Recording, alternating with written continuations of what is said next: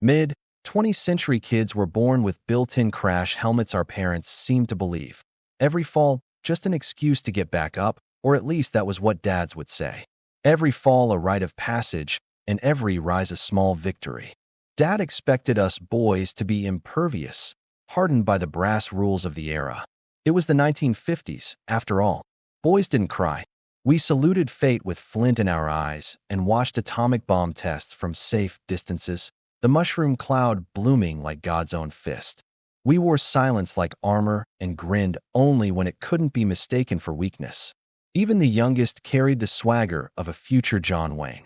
Equip any of us kids with a rope swing, a jury-rigged treehouse, roller skates on cracked sidewalks, or a snake in the woods, and misfortune never missed its cue. Give the all-steel radio flyer, the tank of our block, a shove, and misfortune was riding shotgun the moment those wheels met pavement. It belonged to an older kid we call one of the bigs. Beneath the Pacific Northwest skies, old Rusty waited in the downpour, an all-steel invitation to whatever lay around the bend. Because it was impervious, so were we. We were the littles of the neighborhood, the chaos engines in pint-sized overalls. No one told us we were small. We were just untethered. We sometimes sprinted barefoot across gravel, peanut butter and jelly smeared like war paint, and shared an unspoken code of silence about where the bruises came from. They came around with old Rusty. They helped us climb into old Rusty with all the ceremony of a coronation. Let the littles ride first, they said, voices honey-sweet, but eyes sparkling with something sharper. We, the littles, thought we were being promoted. They let us steer. They pushed with flair. They nodded like we'd earned their trust. But the wagon's weight felt off. Too many kids. Rusty was creaking like it knew something we didn't. They pulled Rusty up the hill with fanfare, like it was some kind of royal procession. We rode high on the promise of elevation and legacy. And when they started offering expert weight distribution tips or official push-off techniques, we were hooked. One even claimed to be certified in wagon aerodynamics, based solely on watching a lot of cartoons. The descent was gloriously wet, tires cutting into saturated grass, wagon shuddering like it wanted a do-over, and littles hooting with wild-eyed glee. Then came that shift, the moment when play slipped into unpredictability. Rusty picked up velocity in a way that defied neighborhood physics. Wet grass became a runway. The wagon stopped rattling and started singing, a high-pitched hum that no one planned for. The littles, stacked like laundry in a basket headed for the stairs, felt the shift in their stomachs before their minds caught up. One kid's laughter turned into a yelp, and that one grip, wide-eyed, all instinct, wasn't for balance. It was survival, like he'd locked eyes with a timber rattler painted into the hillside itself, coiled in the shape of a black diamond warning label. The bigs, once postured like commanders of chaos, suddenly looked concerned. Eyes widened. One started jogging after us, too late for intervention, but right on time for guilt. Rusty didn't just descend, it accelerated. We careened past the expected stop point, blew through the splash zone and the mud will stop them zone, and veered towards a big boulder. Rusty didn't just crash. He initiated liftoff. Like a rust patina launch pad finally activated, he hit the boulder not to stop, but to redirect. We littles, packed like volatile cargo, were launched from Rusty's chassis like hawk missiles with bad guidance software and great intentions. The trajectory was chaos. No seatbelts. No predictions. Just wind, gravity, and peanut butter fingerprints surrendering to physics. One kid flailed like a cartoon marionette midair. Another hit the arc so cleanly he could have been diagrammed by NASA. And the rest of us? We fired toward the stream, splintering from Rusty's frame like shrapnel with names, hoping for mud, fearing rocks, trusting luck. The stream wasn't a target. It was a destination, disguised as a landing zone with attitude. Rusty didn't steer us there. He simply accelerated fate. From that angle, the height, the split-second silence, the collective realization, we weren't passengers. We were projectiles. And for just a moment, before scrapes and consequence set in, it felt like flying. All of us littles were marked, scraped, bruised, bleeding in places we'd only just discovered had skin. Rusty's trajectory hadn't spared anyone. We had gravel embedded in elbows, grass stains that looked like camouflage, and enough dirt in our socks to start a garden. One kid had a knee so swollen It looked like it was growing a personality. Another swore his shin had cracked the earth open. But me? I hit depth. A perfect splashdown into swimming depth water like I'd stumbled into the creek's only VIP landing pad. While they limped and winced, I waded out soaked but grinning. Proof that even in chaos, luck sometimes picks favorites. We were scattered, scraped, stunned, but somehow standing. Rusty sat tilted against the boulder like it had just shrugged off impact with quiet pride, and I swear, the boulder was cracked from the impact. Around it, we littles began to reassemble, mud-streaked, elbows scabbed, eyes wide with adrenaline and the first pangs of consequence. That's when we saw him. The injured kid was still on the ground, cradling his forehead, blood pouring like it had somewhere to be. Not a cry for help, not a scream, just that silent, soaking gush that made every one of us suck in a breath. We froze. For half a beat. One whispered, "He's not moving." Another mouthed something that looked like, "We're doomed." It was uncanny, too much blood for what our childhood logic could classify. Someone started to cry. I tasted creek water and guilt. And before anyone said a word, we moved, legs pumping, hearts slamming, running as a unit like we'd triggered something cosmic. We didn't look back. We didn't communicate because we did not know what to say. We were a unit of sheer panic, sprinting away from blood and boulders, fueled by scrapes, guilt, and the sheer velocity of consequence. Meanwhile, back at Impact Central, the bigs stayed planted. They had context. They knew foreheads bled more like theater than trauma. And while one of us was bloodied, he was also conscious, confused, and midway through explaining exactly how Rusty hit like a meteor. What a difference a few years made. We, the young, the wild, the ones still ruled by lizard brain logistics, bolted. No plan, no words, just motion. We didn't look back. We didn't communicate. We were a unit of sheer panic, sprinting away from blood and boulders, fueled by scrapes, guilt, and the sheer velocity of consequence. Meanwhile, back at Impact Central, the bigs held their ground. They watched, not with apathy, but with calibrated concern, the kind earned from experience, bike wrecks, and past summers of forehead gushers that looked more fatal than they ever were. They knew heads bled like bad special effects. The kid was upright-ish. Bleeding? Yes, but conscious, confused, and midway through a slow-motion reenactment of how Rusty came in hot, like an orbital strike from the gods. One of the older ones crouched beside him, not panicking, just assessing. Another started scooping water with his hands, muttering about cleaning up before parents saw. There was no chaos in their movements. Just the kind of quiet triage that comes after you've seen enough wrecks to know which ones are real and which ones just look dramatic in the moment.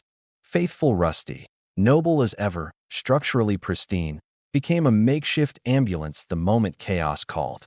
Not dented, never dented, but he did wear a fresh paint gash and a streak of rust earned from impact, like a badge of honor from the day's madness. Two of the bigs had him rolling like they'd rehearsed it, one steering, the other guarding the wounded brow with all the solemnity of a field medic. Rusty glided over creek dips and gravel humps without protest, his new scar catching the afternoon light like war paint. And just like that, he went from wrecking ball to rescue chariot, stoic, squeaky-wheeled, and now just a little more storied. The phone lines were already humming by the time we hit the neighborhood edge. It was the 50s, and every home had its own custom ringtone. Ring, quiet. Ring for the Johnsons. Ring, ring, pause. Ring, ring for the Wilcoxes. That was the party line, a shared thread connecting front porches and kitchen counters. Where news didn't travel, it ricocheted. And today, it ricocheted fast. Before we even hit the cul-de-sac, the neighbors knew. Not because we told them, because the phone did. One house got the call, and within minutes, everyone with half an ear near a receiver was informed. The boy's okay. Bled a lot, but conscious. Rusty carried him in like a champ. But we didn't hear any of that. We were still running like we'd set off the apocalypse. And every adult we passed tried to intercept, arms outstretched, calling our names, voices laced not with blame but urgent reassurance. He's fine. Slow down. But we were locked in panic, hearing none of it. Their words felt like interrogation, their concern like accusation. We misread every porch shout, every flung arm, every open screen door. To us, the world was reacting to a tragedy of our making. And even when Mrs. Donaldson stepped off her porch and tried to flag us with, "Sweethearts, he's all right," we were already gone, already convinced we'd played a part in something irreversible. Meanwhile, the phones kept ringing. Ring quiet. Ring ring pause. A neighborhood Morse code of comfort we couldn't yet decode that we were home, technically. Shoes unlaced, sunburned forearms resting on kitchen tables, the smell of fried something wafting through screen doors. The phone had gone quiet, the party line settling into its evening hum of harmless gossip and recipe swaps. Ring, quiet. Ring had faded out like the final note of a drama that didn't quite earn its third act. I said the line, "No, I was not near the creek today," with dry lips and dust on my knees. My parents didn't press.